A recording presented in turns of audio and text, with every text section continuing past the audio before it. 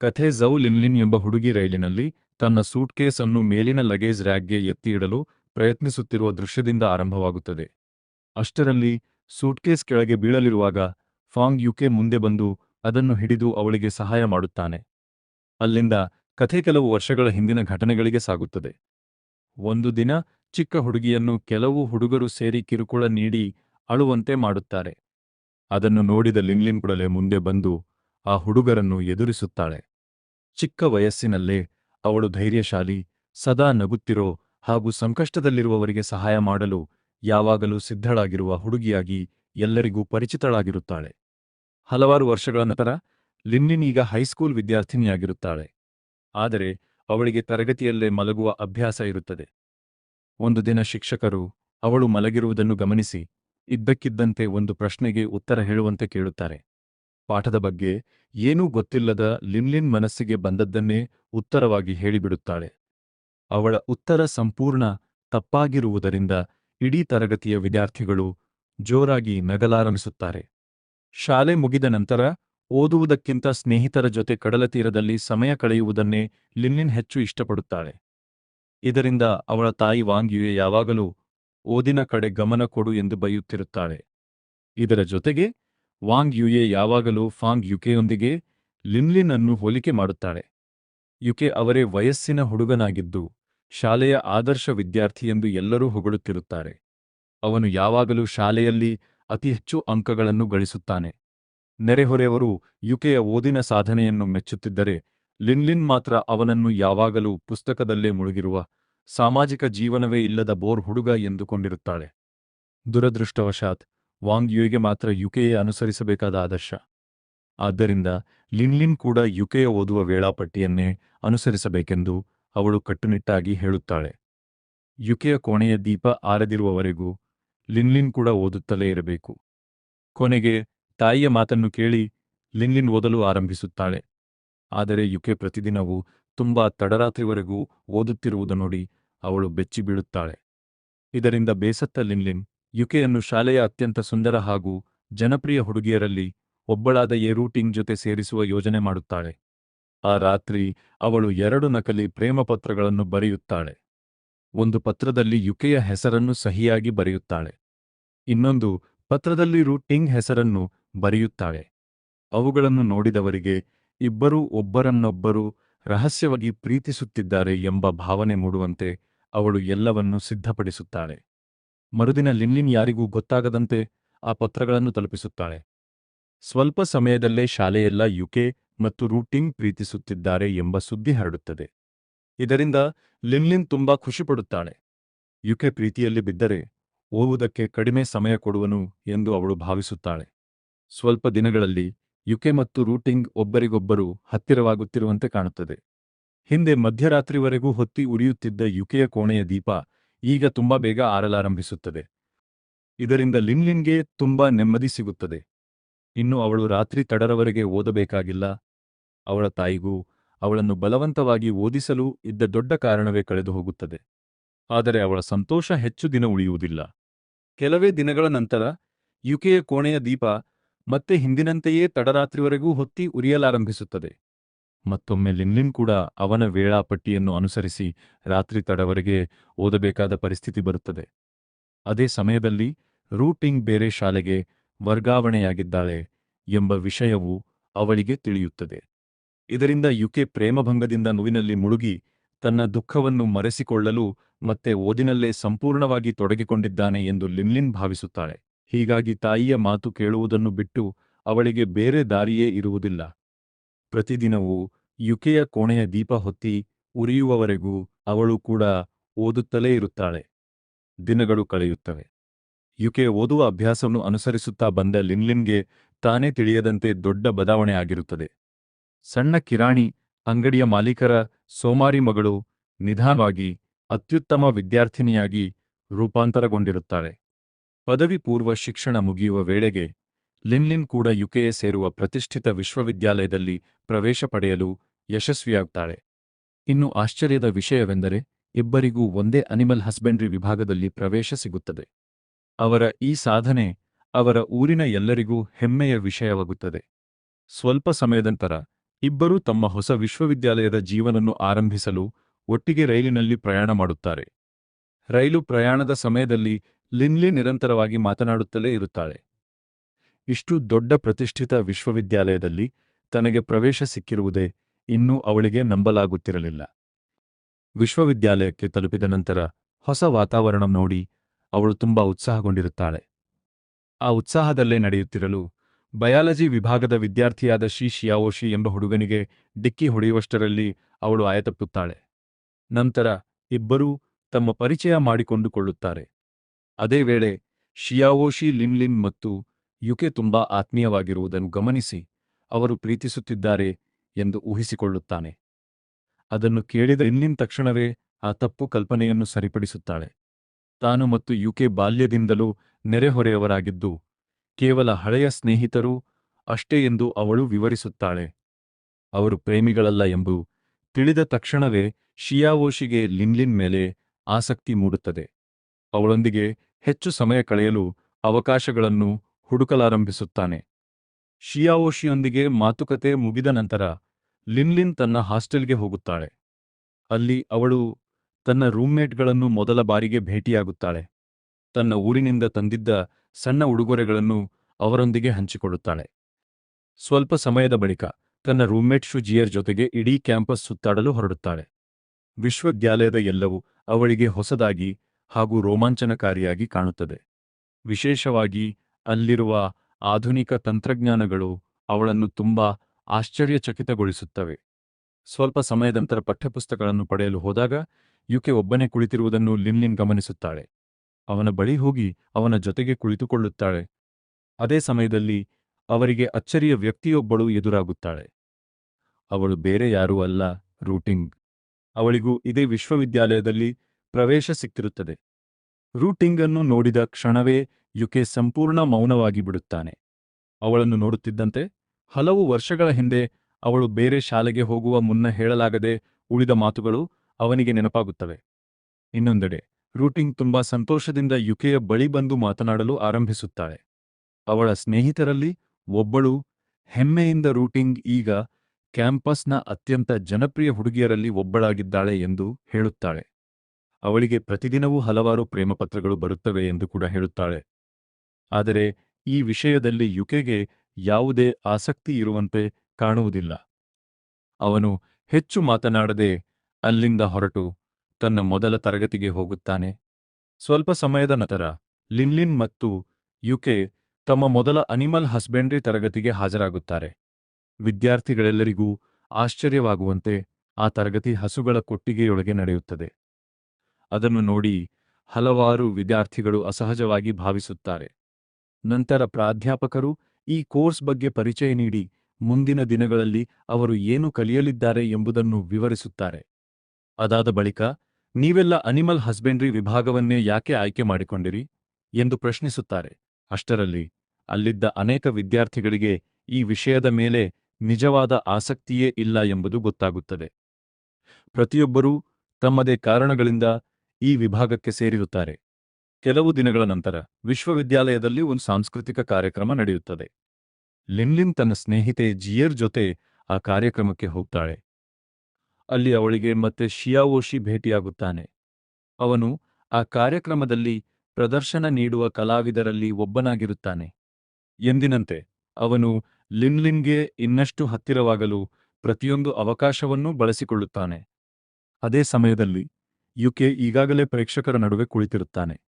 ಸ್ವಲ್ಪ ಹೊತ್ತಿನ ನಂತರ ರೂಟಿಂಗ್ ಕೂಡ ತನ್ನ ಸ್ನೇಹಿತರೊಂದಿಗೆ ಬಂದು ಯುಕೆಯ ಹಿಂದಿನ ಸಾಲಿನಲ್ಲಿ ಕುಳಿತುಕೊಳ್ಳುತ್ತಾಳೆ. ಕೊನೆಗೆ ಲಿನ್ಲಿನ್ ಹತ್ತಿರಲಿದ್ದ ಖಾಲಿ ಆಸನದ ಕಡೆ ನಡೆಯುತ್ತಾಳೆ. ಆದರೆ ಅವಳು ಕುಳಿತುಕೊಳ್ಳುವ ಮುನ್ನವೇ ಯುಕೆ ಅವಳ ಕೈ ಹಿಡಿದು ತನ್ನ ಪಕ್ಕದ ಆಸನಕ್ಕೆ ಕೂರಿಸಿಕೊಳ್ಳುತ್ತಾನೆ. ಕಾರ್ಯಕ್ರಮ ಮುಂದುವರಿದಂತೆ ವಾತಾವರಣ ಮತ್ತಷ್ಟು ಸಂಭ್ರಮಮಯವಾಗುತ್ತದೆ. ಅದೇ ವೇಳೆ ಶಿಯಾವೋಶಿ ವೇದಿಕೆಯ ಮೇಲೆ ಪ್ರದರ್ಶನ ನೀಡುತ್ತಿರುವಾಗ ಯುಕೆ ಇದ್ದಕ್ಕಿದ್ದಂತೆ ತನ್ನ ಕೈಯನ್ನು ಲಿನ್ಲಿನ್ನ ಭುಜದ ಮೇಲೆ ಇಡುತ್ತಾನೆ. ಅವನ ಈ ವರ್ತನೆಗೆ ಲಿನ್ಲಿನ್ ಸಂಪೂರ್ಣ ಗೊಂದಲಕ್ಕೊಳಗಾಗುತ್ತಾಳೆ. ಇನ್ನೂ ಆಶ್ಚರ್ಯಕರ ವಿಷಯವೆಂದರೆ ಯುಕೆ ಅಲ್ಲಿದ್ದವರ ಮುಂದೆ ಲಿನ್ಲಿನ್ ಅನ್ನು ತನ್ನ ಪ್ರೇಯಸಿ ಎಂದು ಪರಿಚಯಿಸುತ್ತಾನೆ. ಈ ಮಾತು ಕೇಳಿ ಲಿನ್ಲಿನ್ ಮಾತ್ರವಲ್ಲ, ರೂಟಿಂಗ್ ಕೂಡ ಆಘಾತಕ್ಕೊಳಗಾಗುತ್ತಾಳೆ. ಕಾರ್ಯಕ್ರಮ ಮುಗಿದ ನಂತರ ಲಿನ್ಲಿನ್ ಯುಕೆಯನ್ನು ಪ್ರಶ್ನಿಸುತ್ತಾಳೆ. ನಾನು ನಿನ್ನ ಪ್ರೇಯಸಿ ಅಂತ ಯಾಕೆ ಹೇಳಿದೆ ಎಂದು ಕೇಳುತ್ತಾಳೆ. ಆದರೆ ಯುಕೆ ಸರಿಯಾದ ಉತ್ತರ ಕೊಡುವುದಿಲ್ಲ. ಬದಲಾಗಿ, ನಾವು ಒಂದೇ ವಿಶ್ವವಿದ್ಯಾಲಯದಲ್ಲಿ ಓದುತ್ತಿರುವವರೆಗೂ ನೀನೇ ನನ್ನ ಗರ್ಲ್ ಫ್ರೆಂಡ್ ಎಂದು ಮಾತ್ರ ಹೇಳುತ್ತಾನೆ. ಅವನ ಈ ವಿಚಿತ್ರ ಉತ್ತರ ಲಿನ್ಲಿನ್ನ ಗೊಂದಲವನ್ನು ಇನ್ನಷ್ಟು ಹೆಚ್ಚಿಸುತ್ತದೆ. ಆ ರಾತ್ರಿ ಹಾಸ್ಟೆಲ್ಗೆ ಹಿಂದಿರುಗಿದ ನಂತರವೂ ಅವಳ ಮನಸ್ಸಿನಲ್ಲಿ ಇದೇ ವಿಷಯ ಸುತ್ತುತ್ತಿರುತ್ತದೆ. ವಿಶೇಷವಾಗಿ ಯುಕೆ ಮತ್ತು ರೂಟಿನ್ ನಡುವಿನ ಹಳೆಯ ಸಂಬಂಧದ ಬಗ್ಗೆ ತಿಳಿದುಕೊಳ್ಳುವ ಕುತೂಹಲ ಅವಳಿಗೆ ಹೆಚ್ಚಾಗುತ್ತದೆ. ಆದ್ದರಿಂದ ಹಿಂದೆ ರೂಟಿಂಗ್ ಓದುತ್ತಿದ್ದ ಅದೇ ಶಾಲೆಯಲ್ಲಿ ಓದಿದ್ದ ತನ್ನ ರೂಮ್ಮೇಟ್ನನ್ನು ಅವಳು ಕೇಳುತ್ತಾಳೆ. ರೂಟಿಂಗ್ ಯಾವಾಗಲಾದರೂ ಯುಕೆಯ ಬಗ್ಗೆ ಮಾತನಾಡಿದ್ದಳಾ ಎಂದು ಪ್ರಶ್ನಿಸುತ್ತಾಳೆ. ಅದಕ್ಕೆ ಅವಳ ರೂಮ್ಮೇಟ್ ಹೇಳುತ್ತಾಳೆ, ರೂಟಿಂಗ್ಗೆ ಯುಕೆ ಎಂದರೆ ಓದಿನಲ್ಲಿ ಮುಳುಗಿರುವ ಒಬ್ಬ ಹುಡುಗ ಅಷ್ಟೇ. ಅವನಿಗೆ ಅವಳ ಮೇಲೆ ಇಷ್ಟ ಇತ್ತು ಅನ್ನೋದನ್ನು ಅವಳು ತಿಳಿದಳು. ಆದರೆ ಅವಳಿಗೆ ಮಾತ್ರ ಯಾವತ್ತೂ ಅವನ ಮೇಲೆ ಪ್ರೀತಿ ಇರಲಿಲ್ಲ. ಈ ಮಾತುಗಳು ಆ ರಾತ್ರಿ ಪೂರ್ತಿ ಲಿನ್ಲಿನ್ನ ಮನಸ್ಸಿನಲ್ಲಿ ಸುತ್ತಾಡುತ್ತಿರುತ್ತವೆ. ಅಷ್ಟೇ ಅಲ್ಲ, ಆ ರಾತ್ರಿ ಅವಳು ಕನಸಿನಲ್ಲೂ ರೂಟಿಂಗ್ ಯುಕೆ ಪ್ರೀತಿಯನ್ನು ತಿರಸ್ಕರಿಸುತ್ತಿರುವ ದೃಶ್ಯವನ್ನು ಕಾಣುತ್ತಾಳೆ. ಮರುದಿನ ಬೆಳಗ್ಗೆ ಎದ್ದ ನಂತರ ಅವಳು ತನ್ನದೇ ಆದ ಒಂದು ತೀರ್ಮಾನಕ್ಕೆ ಬರುತ್ತಾಳೆ. ಯುಕೆ ತನ್ನನ್ನು ಗರ್ಲ್ ಫ್ರೆಂಡ್ ಎಂದು ಹೇಳಿದ್ದು ರೂಟಿಂಗ್ಗೆ ಹೊಟ್ಟೆ ಕಿಚ್ಚು ತರಲು ಮಾತ್ರ ಎಂದು ಅವಳು ನಂಬಲು ಆರಂಭಿಸುತ್ತಾಳೆ. ಮರುದಿನ ಶಿಯಾವೋಶಿ ಕ್ಯಾಂಪಸ್ನ ಮೆಟ್ಟಿಲುಗಳ ಮೇಲೆ ಕುಳಿತಿದ್ದ ಲಿನ್ಲಿನ್ನು ಭೇಟಿಯಾಗುತ್ತಾನೆ. ನೀನು ಮತ್ತು ಯುಕೆ ಪ್ರೀತಿಸುತ್ತಿದ್ದೀರಂತೆ, ಅದು ನಿಜವಾ ಎಂದು ಕೇಳುತ್ತಾನೆ. ಲಿನ್ಲಿನ್ ಕೂಡಲೇ ನಗುತ್ತಾ, ಅದು ಕೇವಲ ತಮಾಷೆ. ನಾವು ಬಾಲ್ಯದಿಂದಲೂ ಒಬ್ಬರಿಗೊಬ್ಬರು ಪರಿಚಯವಿರುವ ಸ್ನೇಹಿತರು ಅಷ್ಟೇ ಎಂದು ಹೇಳುತ್ತಾಳೆ. ಆ ಮಾತು ಕೇಳುತ್ತಿದ್ದಂತೆಯೇ ಶಿಯಾವೋಶಿಯ ಮುಖದಲ್ಲಿ ನೆಮ್ಮದಿ ಮೂಡುತ್ತದೆ. ಲಿನ್ಲಿನ್ ನಿಜವಾಗಿಯೂ ಯುಕೆಯನ್ನು ಪ್ರೀತಿಸುತ್ತಿದ್ದಾಳೆ ಎಂಬ ಕಲ್ಪನೆಯೇ ಅವನಿಗೆ ತುಂಬಾ ಅಸಹನೀಯವಾಗಿತ್ತು. ಸ್ವಲ್ಪ ಸಮಯದ ನಂತರ ಲಿನ್ಲಿನ್ಗೆ ರೂಟಿಂಗ್ ಎದುರಾಗುತ್ತಾಳೆ. ಆಗ ಲಿನ್ಲಿನ್ ಆತ್ಮವಿಶ್ವಾಸದಿಂದ ಯುಕೆಗೆ ನಿನ್ನ ಮೇಲೆ ನಿಜವಾಗಿಯೂ ಪ್ರೀತಿ ಇದೆ ಎಂದು ಹೇಳುತ್ತಾಳೆ. ಅದನ್ನು ಕೇಳಿದ ರೂಟಿಂಗ್ ಕೆಲ ಕ್ಷಣ ಮೌನವಾಗುತ್ತಾಳೆ. ನಂತರ ಸ್ವಲ್ಪ ಯೋಚಿಸಿ, ಮುಂದಿನ ವಾರ ನಡೆಯಲಿರುವ ತನ್ನ ಹುಟ್ಟುಹಬ್ಬದ ಪಾರ್ಟಿಗೆ ಲಿನ್ಲಿನ್ ಮತ್ತು ಯುಕೆ ಇಬ್ಬರನ್ನೂ ಆಹ್ವಾನಿಸುತ್ತಾಳೆ. ತರಗತಿಗಳು ಮುಗಿದ ನಂತರ ಲಿನ್ಲಿನ್ ಯುಕೆಯನ್ನು ಭೇಟಿ ಮಾಡಿ, ಮುಂದಿನ ವಾರ ರೂಟಿಂಗ್ ಹುಟ್ಟುಹಬ್ಬದ ಪಾರ್ಟಿಗೆ ನನ್ನ ಜೊತೆ ಬರ್ತೀಯಾ ಎಂದು ಕೇಳುತ್ತಾಳೆ. ಯುಕೆ ಒಪ್ಪಿಕೊಂಡ ನಂತರ ಇಬ್ಬರೂ ಒಟ್ಟಿಗೆ ಶಾಪಿಂಗ್ಗೆ ಹೋಗುತ್ತಾರೆ. ಯುಕೆ ಯಾವಾಗಲೂ ತುಂಬಾ ಸರಳವಾದ ಬಟ್ಟೆಗಳನ್ನು ಧರಿಸುತ್ತಿದ್ದರಿಂದ ಅವನ ಲುಕ್ ಅನ್ನು ಸಂಪೂರ್ಣವಾಗಿ ಬದಲಾಯಿಸಬೇಕು ಎಂದು ಲಿನ್ಲಿನ್ ನಿರ್ಧರಿಸುತ್ತಾಳೆ. ಅವಳು ಅವನಿಗೆ ಹಲವಾರು ಹೊಸ ಹಾಗೂ ಸ್ಟೈಲಿಶ್ ಬಟ್ಟೆಗಳನ್ನು ಆಯ್ಕೆ ಮಾಡಿಕೊಡುತ್ತಾಳೆ. ಮನೆಗೆ ಹಿಂದಿರುಗುವಾಗ ರಸ್ತೆ ದಾಟಲು ಸಿದ್ಧರಾಗಿದ್ದಾಗ ಅವರು ಇದ್ದಕ್ಕಿದ್ದಂತೆ ಅತಿ ವೇಗವಾಗಿ ಬೈಕ್ ಓಡಿಸಿಕೊಂಡು ಬರುತ್ತಿದ್ದ ಯಾನ್ ಶಿ ಎಂಬ ಯುವಕನನ್ನು ನೋಡುತ್ತಾರೆ. ಅಜಾಗರೂಕತೆಯಿಂದ ಬೈಕ್ ಓಡಿಸುತ್ತಿದ್ದ ಅವನು ರಸ್ತೆ ದಾಟುತ್ತಿದ್ದ ಒಬ್ಬ ವ್ಯಕ್ತಿಗೆ ಡಿಕ್ಕಿ ಹೊಡೆಯುತ್ತಾನೆ. ಯುಕೆ ಕೂಡಲೇ ಗಾಯಗೊಂಡ ವ್ಯಕ್ತಿಯ ಸಹಾಯಕ್ಕೆ ಓಡುತ್ತಾನೆ. ಆದರೆ ಲಿನ್ಲಿನ್ ಗಮನಿಸುವಷ್ಟರಲ್ಲಿ ಯಾನ್ಶಿ ಅಲ್ಲಿಂದ ತಪ್ಪಿಸಿಕೊಳ್ಳಲು ಪ್ರಯತ್ನಿಸುತ್ತಿರುತ್ತಾನೆ. ಒಂದು ಕ್ಷಣವೂ ಯೋಚಿಸದೆ ಲಿನ್ಲಿನ್ ಅವನ ಹಿಂದೆ ಓಡುತ್ತಾಳೆ. ಯಾನ್ಶಿ ಒಂದು ಮುಚ್ಚಿದ ಗಲ್ಲಿಯೊಳಗೆ ನುಗ್ಗುತ್ತಾನೆ. ಅಲ್ಲಿ ಮುಂದೆ ದಾರಿ ಇಲ್ಲದ ಕಾರಣ ಲಿನ್ಲಿನ್ ಅವನನ್ನು ಸುತ್ತುವರಿಯುತ್ತಾಳೆ. ತಪ್ಪಿಸಿಕೊಳ್ಳಲು ಬೇರೆ ದಾರಿ ಕಾಣದೆ ಯಾನ್ಶಿ ತನ್ನ ಬೈಕ್ ಅನ್ನು ತಿರುಗಿಸಿ ನೇರವಾಗಿ ಲಿನ್ಲಿನ್ ಕಡೆಗೆ ಚಲಾಯಿಸುತ್ತಾನೆ. ಕೊನೆಯ ಕ್ಷಣದಲ್ಲಿ ಲಿನ್ಲಿನ್ ಪಕ್ಕಕ್ಕೆ ಸರಿದು ಅಪಾಯದಿಂದ ಪಾರಾಗುತ್ತಾಳೆ. ಅಷ್ಟರಲ್ಲಿ ಅವಳು ತನ್ನ ಕೈಯಲ್ಲಿದ್ದ ಬ್ಯಾಗನ್ನು ಅವನ ಕಡೆಗೆ ಬಲವಾಗಿ ಎಸೆಯುತ್ತಾಳೆ. ಬ್ಯಾಗ್ ಬೈಕ್ಗೆ ತಗುಲುತ್ತಿದ್ದಂತೆಯೇ ಯಾನ್ಶಿ ಕೆಳಗೆ ಬಿದ್ದು ಹೋಗುತ್ತಾನೆ. ಲಿನ್ಲಿನ್ನ ಧೈರ್ಯದಿಂದ ಕೊನೆಗೆ ಪೊಲೀಸರು ಯಾನ್ಶಿಯನ್ನು ಬಂಧಿಸುತ್ತಾರೆ. ಆದರೆ ಆಶ್ಚರ್ಯವೆಂದರೆ ಅವನು ಮಾಡಿದ ತಪ್ಪಿಗೆ ಪಶ್ಚಾತ್ತಾಪ ಪಡುವ ಬದಲು ಲಿನ್ಲಿನ್ನ ಮೇಲೆಯೇ ಕೋಪಗೊಂಡಿರುತ್ತಾನೆ. ಸ್ವಲ್ಪ ಸಮಯದ ನಂತರ ಯಾನ್ಶಿಯ ತಂದೆ ಪೊಲೀಸ್ ಠಾಣೆಗೆ ಬರುತ್ತಾರೆ. ಲಿನ್ಲಿನ್, ನೀನು ಗಾಯಗೊಂಡ ವ್ಯಕ್ತಿಯ ಬಳಿ ಕ್ಷಮೆ ಕೇಳಬೇಕು ಎಂದು ಯಾನ್ಶಿಗೆ ಹೇಳುತ್ತಾಳೆ. ಆದರೆ ಅವನು ಅದನ್ನು ಸಂಪೂರ್ಣವಾಗಿ ನಿರಾಕರಿಸುತ್ತಾನೆ. ಅವನ ವರ್ತನೆಯಿಂದ ಬೇಸತ್ತ ಲಿನ್ಲಿನ್ ಬೇರೆಯವರನ್ನು ಗೌರವಿಸುವುದನ್ನು ಕಲಿಯದೆ ಯಾರಾದರೂ ಹೀಗೆ ಬೆಳೆದು ಬರ್ತಾರಾ ಎಂದು ಪ್ರಶ್ನಿಸುತ್ತಾಳೆ. ಅದಕ್ಕೆ ಯಾನ್ಶಿಯ ತಂದೆ ಯಾವುದೇ ಉತ್ತರ ಕೊಡದೆ ಕೆಲ ಕ್ಷಣ ಲಿನ್ಲಿನ್ನನ್ನು ನೋಡುತ್ತಿರುತ್ತಾರೆ. ನಂತರ ಮೌನವಾಗಿ ತನ್ನ ಮಗನನ್ನು ಕರೆದುಕೊಂಡು ಅಲ್ಲಿಂದ ಹೊರಟು ಹೋಗುತ್ತಾರೆ. ಎಲ್ಲಾ ಸಮಸ್ಯೆಯೂ ಮುಗಿದ ನಂತರ ಲಿನ್ಲಿನ್ ಮತ್ತು ಯುಕೆ ಮತ್ತೆ ವಿಶ್ವವಿದ್ಯಾಲಯಕ್ಕೆ ಹಿಂದಿರುಗುತ್ತಾರೆ. ಆದರೆ ದುರದೃಷ್ಟವಶಾತ್ ಅವರು ತಲುಪುವಷ್ಟರಲ್ಲಿ ಹಾಸ್ಟೆಲ್ ಗೇಟ್ಗಳು ಈಗಾಗಲೇ ಮುಚ್ಚಲ್ಪಟ್ಟಿರುತ್ತವೆ. ಹೋಗಲು ಬೇರೆ ಸ್ಥಳವಿಲ್ಲದ ಕಾರಣ ಯುಕೆ ತನ್ನ ಅಣ್ಣನ ಖಾಲಿ ಅಪಾರ್ಟ್ಮೆಂಟ್ನಲ್ಲಿ ಆ ರಾತ್ರಿ ಉಳಿಯೋಣ ಎಂದು ಸಲಹೆ ನೀಡುತ್ತಾನೆ. ಆ ರಾತ್ರಿ ಲಿನ್ಲಿನ್ಗೆ ಬಹಳ ದಿನಗಳಿಂದ ಕಾಡುತ್ತಿದ್ದ ಒಂದು ಪ್ರಶ್ನೆ ನೆನಪಾಗುತ್ತದೆ. ನೀನು ಎಲ್ಲಿಗೆ ಹೋದರೂ ಅದೇ ಕೆಂಪು ಪೆನ್ನನ್ನು ಯಾಕೆ ಜೊತೆಯಾಗಿ ಇಟ್ಟುಕೊಂಡಿರುತ್ತೀಯಾ ಎಂದು ಅವಳು ಕೇಳುತ್ತಾಳೆ. ಯುಕೆ ಮಾತ್ರ ಅದಕ್ಕೆ ನನ್ನದೇ ಆದ ಕಾರಣಗಳಿವೆ ಎಂದು ಹೇಳಿ ವಿಷಯವನ್ನು ಅಲ್ಲಿಯೇ ಮುಗಿಸುತ್ತಾನೆ. ಮರುದಿನ ಬಯಾಲಜಿ ಮತ್ತು ಅನಿಮಲ್ ಹಸ್ಬೆಂಡ್ರಿ ವಿಭಾಗದ ವಿದ್ಯಾರ್ಥಿಗಳಿಗೆ ಜಂಟಿ ತರಗತಿ ನಡೆಯುತ್ತದೆ. ಇದನ್ನು ಒಳ್ಳೆಯ ಅವಕಾಶ ಎಂದುಕೊಂಡ ಲಿನ್ಲಿನ್ ಮತ್ತೊಮ್ಮೆ ಯುಕೆ ಮತ್ತು ರೂಟಿಂಗ್ ಅವರನ್ನು ಹತ್ತಿರ ತರಲು ಪ್ರಯತ್ನಿಸುತ್ತಾಳೆ. ಆದರೆ ಈ ಬಾರಿ ಅವಳಿಗೆ ದೊಡ್ಡ ಆಘಾತ ಕಾದಿರುತ್ತದೆ. ತರಗತಿಗೆ ಬಂದ ಪ್ರಾಧ್ಯಾಪಕರು ಬೇರೆ ಯಾರೂ ಅಲ್ಲ, ಕಳೆದ ರಾತ್ರಿ ತಾನು ವಾಗ್ವಾದ ನಡೆಸಿದ್ದ ಯಾನ್ಶಿಯ ತಂದೆಯೇ ಆಗಿರುತ್ತಾರೆ. ಅವರ ಹೆಸರು ಪ್ರೊಫೆಸರ್ ವಾಂಗ್. ಲಿನ್ಲಿನ್ ನೋಡಿದ ಕೂಡಲೇ ಅವರು ಅವಳನ್ನು ಗುರುತಿಸುತ್ತಾರೆ. ನಂತರ ನನ್ನ ತರಗತಿಯಲ್ಲಿ ಯಾವುದೇ ಗಲಾಟೆ ಮಾಡಬೇಡ ಎಂದು ಎಚ್ಚರಿಕೆ ನೀಡುತ್ತಾರೆ. ಪಾಠದ ಕೊನೆಯಲ್ಲಿ ಪ್ರೊಫೆಸರ್ ವಾಂಗ್ ಎಲ್ಲ ವಿದ್ಯಾರ್ಥಿಗಳಿಗೆ ಮೊಲಗಳ ಮೇಲೆ ಸಂಶೋಧನಾ ಯೋಜನೆಯನ್ನು ನೀಡುತ್ತಾರೆ. ಈ ಕೆಲಸವನ್ನು ನೋಡಿ ಅನಿಮಲ್ ಹಸ್ಬೆಂಡ್ರಿ ವಿಭಾಗದ ಬಹುತೇಕ ವಿದ್ಯಾರ್ಥಿಗಳು ಬೇಸರ ವ್ಯಕ್ತಪಡಿಸುತ್ತಾರೆ. ಇದು ತುಂಬಾ ಹೆಚ್ಚುವರಿ ಕೆಲಸ ಎಂದು ಅವರು ದೂರುತ್ತಾರೆ. ಆದರೆ ಲಿನ್ಲಿನ್ ಮಾತ್ರ ತುಂಬಾ ಉತ್ಸಾಹಗೊಳ್ಳುತ್ತಾಳೆ. ಅವಳು ಇಷ್ಟೊಂದು ಆಸಕ್ತಿ ತೋರಿದ್ದರಿಂದ ಅವಳ ಹಲವರು ಸಹಪಾಠಿಗಳು ತಮ್ಮ ಮೊಲಗಳನ್ನು ನೋಡಿಕೊಳ್ಳುವ ಜವಾಬ್ದಾರಿಯನ್ನು ಅವಳಿಗೆ ಒಪ್ಪಿಸುತ್ತಾರೆ. ಲಿನ್ಲಿನ್ ಕೂಡ ಸಂತೋಷದಿಂದ ಒಪ್ಪಿಕೊಳ್ಳುತ್ತಾಳೆ. ಕೊನೆಗೆ ಪ್ರಯೋಗಕ್ಕಾಗಿ ಬಳಸುತ್ತಿದ್ದ ಬಹುತೇಕ ಎಲ್ಲ ಮೊಲಗಳ ಜವಾಬ್ದಾರಿ ಅವಳ ಮೇಲೆಯೇ ಬೀಳುತ್ತದೆ. ಇನ್ನೊಂದೆಡೆ ಯುಕೆಗೆ ಬೇರೆ ರೀತಿಯ ಸಮಸ್ಯೆ ಇರುತ್ತದೆ.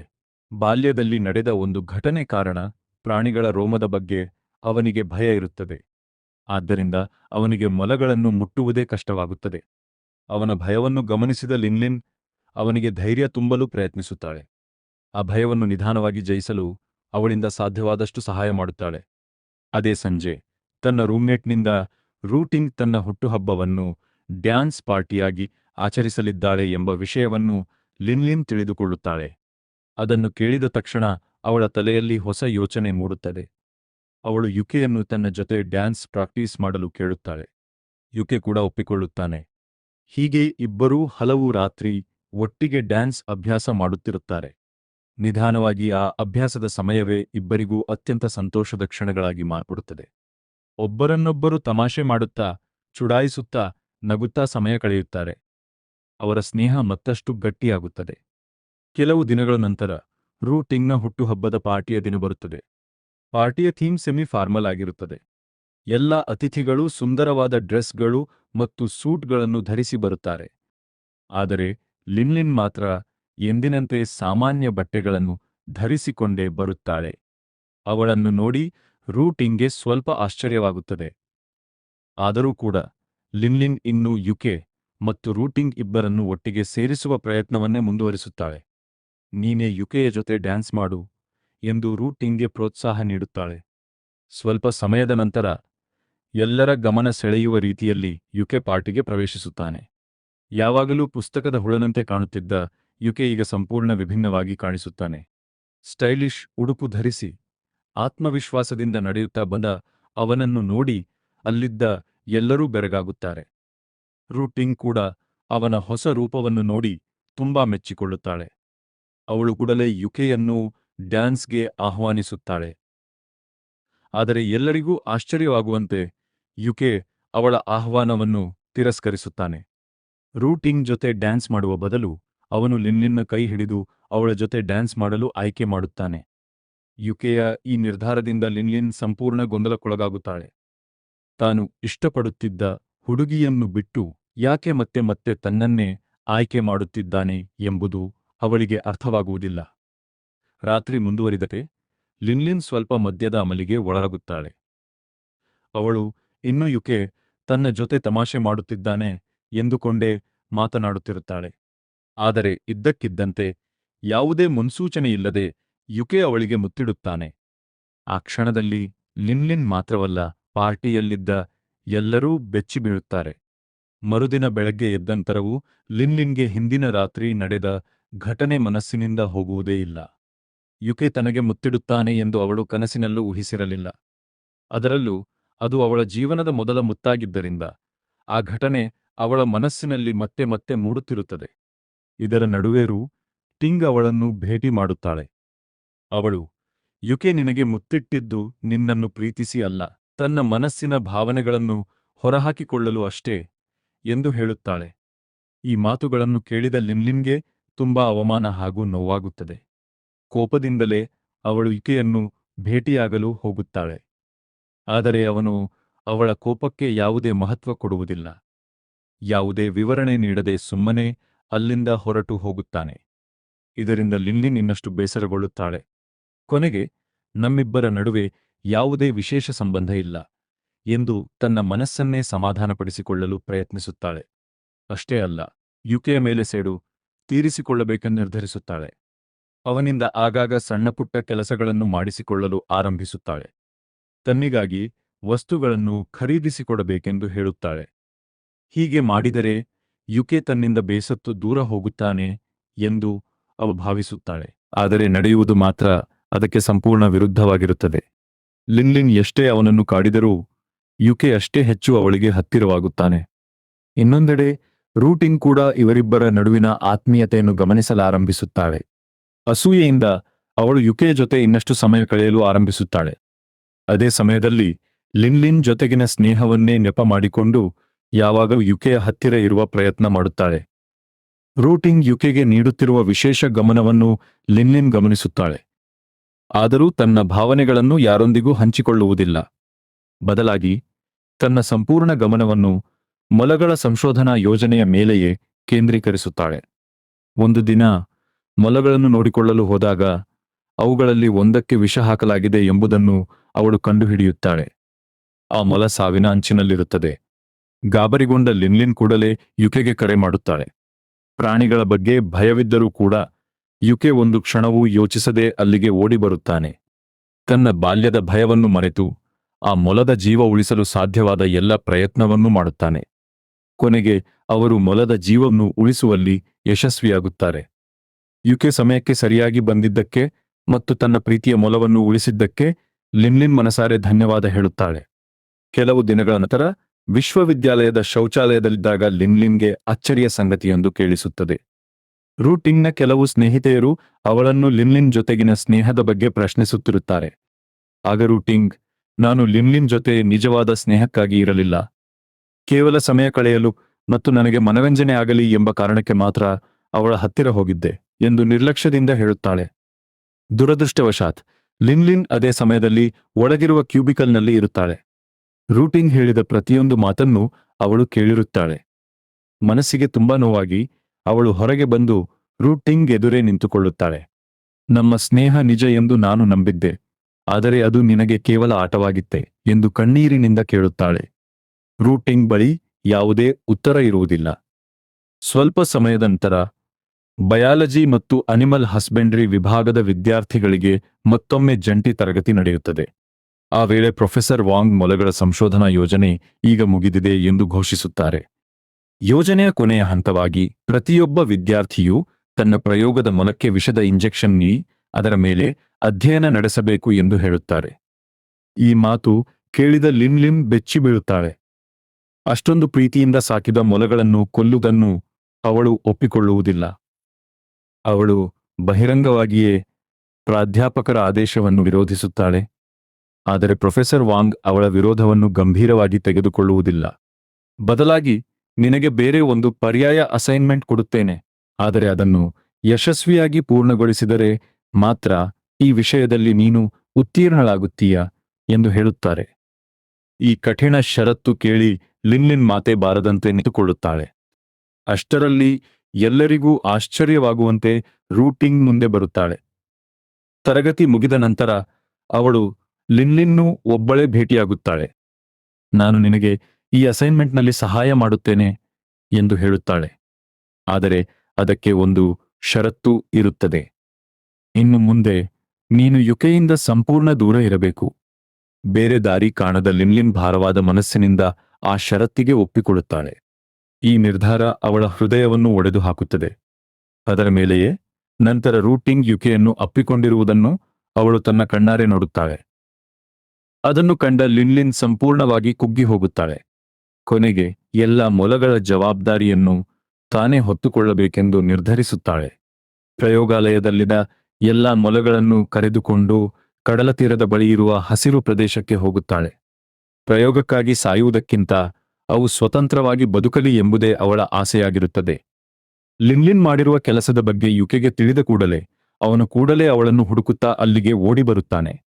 ಅಲ್ಲಿಗೆ ತಲುಪಿದಾಗ ಲಿನ್ಲಿನ್ ಸಮುದ್ರದೊಳಗೆ ನಡೆದುಕೊಂಡು ಹೋಗುತ್ತಿರುವುದನ್ನು ನೋಡಿ ಅವನು ಗಾಬರಿಯಾಗುತ್ತಾನೆ. ಅವಳು ಯಾವುದಾದರೂ ದುಡುಕಿನ ನಿರ್ಧಾರ ತೆಗೆದುಕೊಳ್ಳುತ್ತಿದ್ದಾಳೆ ಎಂದು ಭಯಪಟ್ಟು ಅವಳನ್ನು ತಡೆಯಲು ಓಡುತ್ತಾನೆ. ಆದರೆ ನಿಜವಾಗಿ ಅಲೆಗಳಲ್ಲಿ ಕೊಚ್ಚಿ ಹೋಗಿದ್ದ ತನ್ನ ಚಪ್ಪಲಿಯನ್ನು ತೆಗೆದುಕೊಳ್ಳಲು ಮಾತ್ರ ಲಿನ್ಲಿನ್ ಸಮುದ್ರದೊಳಗೆ ಹೋಗಿದ್ದಳು. ಕರಾವಳಿಗೆ ಹಿಂದಿರುಗಿದ ನಂತರ ಇಷ್ಟು ದಿನಗಳಿಂದ ಮನಸ್ಸಿನಲ್ಲಿ ತುಂಬಿಕೊಂಡಿದ್ದ ಎಲ್ಲ ನೋವು ಮತ್ತು ಗೊಂದಲವನ್ನು ಲಿನ್ಲಿನ್ ಯುಕೆಯ ಮುಂದೆ ಹೊರಹಾಕುತ್ತಾಳೆ. ನನ್ನ ಭಾವನೆಗಳ ಜೊತೆ ಯಾಕೆ ಆಟ ಆಡಿದೆ? ಯಾಕೆ ನನ್ನನ್ನು ಇಷ್ಟೊಂದು ಗೊಂದಲಕ್ಕೆ ತಳ್ಳಿದೆ ಎಂದು ಅವಳು ಕಣ್ಣೀರಿನಿಂದ ಪ್ರಶ್ನಿಸುತ್ತಾಳೆ. ಅದೇ ಕ್ಷಣದಲ್ಲಿ ಯುಕೆ ಕೊನೆಗೂ ತನ್ನ ಹೃದಯದಲ್ಲಿದ್ದ ಸತ್ಯವನ್ನು ಹೇಳಲು ನಿರ್ಧರಿಸುತ್ತಾನೆ. ಆ ಕ್ಷಣದಲ್ಲಿ ಯುಕೆ ಕೊನೆಗೂ ತನ್ನ ಮನಸ್ಸಿನಲ್ಲಿದ್ದ ಎಲ್ಲಾ ಸತ್ಯವನ್ನು ಲಿನ್ಲಿನ್ಗೆ ಹೇಳಲು ಆರಂಭಿಸುತ್ತಾನೆ. ಅವನು ಶಾಂತವಾಗಿ, ನಾನು ಚಿಕ್ಕಂದಿನಿಂದಲೇ ನಿನ್ನನ್ನು ಪ್ರೀತಿಸುತ್ತಿದ್ದೇನೆ ಎಂದು ಒಪ್ಪಿಕೊಳ್ಳುತ್ತಾನೆ. ಆ ಮಾತು ಕೇಳಿದ ಲಿನ್ಲಿನ್ ಸಂಪೂರ್ಣವಾಗಿ ಬೆಚ್ಚಿಬೀಳುತ್ತಾಳೆ. ಇಷ್ಟು ವರ್ಷಗಳಿಂದ ಯುಕೆ ತನ್ನ ಬಗ್ಗೆ ಇಂಥ ಭಾವನೆ ಇಟ್ಟುಕೊಂಡಿದ್ದಾನೆ ಎಂಬುದನ್ನು ಅವಳು ಕನಸಿನಲ್ಲೂ ಊಹಿಸಿರಲಿಲ್ಲ. ನಂತರ ಯುಕೆ ತನ್ನ ಜೊತೆ ಯಾವಾಗಲೂ ಇಟ್ಟುಕೊಂಡಿದ್ದ ಕೆಂಪು ಪೆನ್ನಿನ ರಹಸ್ಯವನ್ನು ಹೇಳುತ್ತಾನೆ. ಇದು ಸಾಮಾನ್ಯ ಪೆನ್ ಅಲ್ಲ. ಬಹಳ ವರ್ಷಗಳ ಹಿಂದೆ ನೀನೇ ನನಗೆ ಉಡುಗೊರೆಯಾಗಿ ಕೊಟ್ಟ ಪೆನ್ನಿದು. ಅಂದಿನಿಂದ ಇಂದಿನವರೆಗೂ ನಾನು ಇದನ್ನು ತುಂಬಾ ಅಮೂಲ್ಯವಾಗಿ ಕಾಪಾಡಿಕೊಂಡಿದ್ದೇನೆ ಎಂದು ಹೇಳುತ್ತಾನೆ. ಇದನ್ನು ಕೇಳಿದ ಲಿನ್ಲಿನ್ಗೆ ಹಳೆಯ ನೆನಪುಗಳು ಒಂದಲಾಗಿ ನೆನಪಾಗುತ್ತವೆ. ಅದರ ನಂತರ ಯುಕೆ ಮತ್ತೊಂದು ದೊಡ್ಡ ಸತ್ಯವನ್ನು ಬಹಿರಂಗಪಡಿಸುತ್ತಾನೆ. ನನಗೆ ರುಟಿನ್ ಮೇಲೆ ಎಂದಿಗೂ ಪ್ರೀತಿ ಇರಲಿಲ್ಲ. ಈ ಮಾತು ಲಿನ್ಲಿನ್ಗೆ ಮತ್ತೊಂದು ದೊಡ್ಡ ಆಘಾತವನ್ನು ಉಂಟುಮಾಡುತ್ತದೆ. ಯುಕೆ ಮುಂದುವರಿದು ಹೇಳುತ್ತಾನೆ, ನೀನು ನನ್ನ ಓದುವ ವೇಳಾಪಟ್ಟಿಯನ್ನು ಅನುಸರಿಸುತ್ತಿದ್ದಿ ಎಂದು ನನಗೆ ಆಗಲೇ ಗೊತ್ತಾಗಿತ್ತು. ಆದ್ದರಿಂದಲೇ ಪ್ರತಿದಿನ ನನ್ನ ಕೋಣೆ ದೀಪವನ್ನು ತಡರಾತ್ರಿವರೆಗೂ ಆರಿಸದೇ ಇಡುತ್ತಿದ್ದೆ. ನೀನು ನನ್ನ ಜೊತೆಯಲ್ಲೇ ಓದಿ ಒಂದು ದಿನ ನನ್ನಂತೆಯೇ ಅದೇ ವಿಶ್ವವಿದ್ಯಾಲಯಕ್ಕೆ ಸೇರುವಂತೆ ಮಾಡಲು ನಾನು ಹಾಗೆ ಮಾಡಿದೆ. ಈ ಸತ್ಯ ಕೇಳಿದ ಕ್ಷಣ ಲಿನ್ಲಿನ್ನ ಕಣ್ಣಲ್ಲಿ ನೀರು ತುಂಬಿಕೊಳ್ಳುತ್ತದೆ. ಇಷ್ಟು ವರ್ಷಗಳಿಂದ ಅವಳು ತಪ್ಪಾಗಿ ಅರ್ಥ ಮಾಡಿಕೊಂಡಿದ್ದ ಪ್ರತಿಯೊಂದು ಘಟನೆಗೂ ಈಗ ನಿಜವಾದ ಅರ್ಥ ಸಿಗಲಾರಂಭಿಸುತ್ತದೆ. ಯುಕೆ ಮಾಡಿದ ಪ್ರತಿಯೊಂದು ಕೆಲಸದ ಹಿಂದೆಯೂ ಒಂದೇ ಕಾರಣ ಇತ್ತು. ಅದು ಲಿನ್ಲಿನ್ನಿಂದ ಎಂದಿಗೂ ದೂರವಾಗಬಾರದು ಎಂಬ ಅವನಾಸೆ. ಮೊಲದ ಜೀವ ಉಳಿಸಲು ತನ್ನ ಬಾಲ್ಯದ ಭಯವನ್ನೇ ಮರೆತು ಓಡಿ ಬಂದದ್ದು ಅವಳ ಮೇಲಿದ್ದ ಪ್ರೀತಿಗಾಗಿಯೇ. ಅವಳ ಕನಸುಗಳು ನನಸಾಗಲೆಂದು ತನ್ನದೇ ಆದ ರೀತಿಯಲ್ಲಿ ವರ್ಷಗಳ ಕಾಲ ಮೌನವಾಗಿ ಸಹಾಯ ಮಾಡಿದ್ದನು. ಯುಕೆಯ ಮನದಾಳದ ಪ್ರೀತಿಯ ಒಪ್ಪಿಗೆಯನ್ನು ಕೇಳಿದ ನಂತರ ಲಿನ್ಲಿನ್ ಕೊನೆಗೂ ಅವನ ನಿಜವಾದ ಭಾವನೆಗಳನ್ನು ಅರ್ಥಮಾಡಿಕೊಳ್ಳುತ್ತಾಳೆ. ಇಷ್ಟು ವರ್ಷಗಳಿಂದ ಅವರಿಬ್ಬರ ನಡುವೆ ಗೋಡೆಯಾಗಿ ನಿಂತಿದ್ದ ಎಲ್ಲಾ ತಪ್ಪು ಕಲ್ಪನೆಗಳು ಒಂದೊಂದಾಗಿ ಕರಗಿ ಹೋಗುತ್ತವೆ. ಕೊನೆಗೆ ಇಬ್ಬರೂ ತಮ್ಮ ಮನಸ್ಸಿನಲ್ಲಿದ್ದ ಎಲ್ಲ ಗೊಂದಲಗಳನ್ನು ದೂರ ಮಾಡಿ ಮತ್ತೆ ಒಂದಾಗುತ್ತಾರೆ. ಅವರ ಪ್ರೇಮ ಕಥೆಗೆ ಹೊಸ ಆರಂಭ ಸಿಗುತ್ತದೆ. ಆದರೆ ಕಥೆ ಅಲ್ಲೇ ಮುಗಿಯುವುದಿಲ್ಲ. ವಿಶ್ವವಿದ್ಯಾಲಯದ ಅನುಮತಿಯಿಲ್ಲದೆ ಎಲ್ಲಾ ಪ್ರಯೋಗದ ಮೊಲಗಳನ್ನು ಹೊರಗೆ ಕರೆದೊಯ್ದ ಕಾರಣ ಲಿನ್ಲಿನ್ನು ವಿಶ್ವವಿದ್ಯಾಲಯದ ಆಡಳಿತ ಮಂಡಳಿಯ ಮುಂದೆ ಹಾಜರಾಗುವಂತೆ ಕರೆಯಲಾಗುತ್ತದೆ. ಅವಳಿಗೆ ಶಿಕ್ಷೆಯಾಗುವ ಸಾಧ್ಯತೆ ತುಂಬಾ ಹೆಚ್ಚಾಗಿರುತ್ತದೆ. ಆದರೆ ಆ ಸಮಯದಲ್ಲಿ ಅನಿಮಲ್ ಹಸ್ಬೆಂಡ್ರಿ ವಿಭಾಗದ ಎಲ್ಲಾ ವಿದ್ಯಾರ್ಥಿಗಳು ಲಿನ್ಲಿನ್ ಪರವಾಗಿ ನಿಲ್ಲುತ್ತಾರೆ. ಅವಳು ಮಾಡಿದ ಕೆಲಸ ತಪ್ಪಲ್ಲ ಎಂದು ಎಲ್ಲರೂ ಒಟ್ಟಾಗಿ ಆಡಳಿತ ಮಂಡಳಿಗೆ ವಿವರಿಸುತ್ತಾರೆ. ಅವರ ಬೆಂಬಲದಿಂದ ಕೊನೆಗೆ ಲಿನ್ಲಿನ್ಗೆ ವಿಶ್ವವಿದ್ಯಾಲಯದಲ್ಲೇ ಮುಂದುವರಿದು ಓದಲು ಅವಕಾಶ ಸಿಗುತ್ತದೆ. ಹೀಗೆ ಅವಳ ಭವಿಷ್ಯವೂ ಸುರಕ್ಷಿತವಾಗುತ್ತದೆ. ಅದೇ ಸಮಯದಲ್ಲಿ ತನ್ನ ಮನಸ್ಸಿನಲ್ಲಿ ವರ್ಷಗಳ ಕಾಲ ಉಳಿಸಿಕೊಂಡಿದ್ದ ಪ್ರೀತಿಯೂ ಕೊನೆಗೂ ಅವಳಿಗೆ ಸಿಗುತ್ತದೆ. ಹಲವಾರು ವರ್ಷಗಳ ಕಾಯುವಿಕೆಯ ನಂತರ ಯುಕೆ ಮತ್ತು ಲಿನ್ಲಿನ್ ಇಬ್ಬರೂ ತಮ್ಮ ಪ್ರೀತಿಯನ್ನು ಪರಸ್ಪರ ಒಪ್ಪಿಕೊಂಡು ಸಂತೋಷದಿಂದ ಒಂದಾಗುತ್ತಾರೆ. ಹೀಗೆ ಅವರ ಸುಂದರ ಪ್ರೇಮ ಕಥೆ ಸಿಹಿ ಅಂತ್ಯವನ್ನು ಕಾಣುತ್ತದೆ. ಹಾಗಾದರೆ ಈ ಕಥೆಯಿಂದ ನಮಗೆ ಸಿಗುವ ಪಾಠ ಏನು?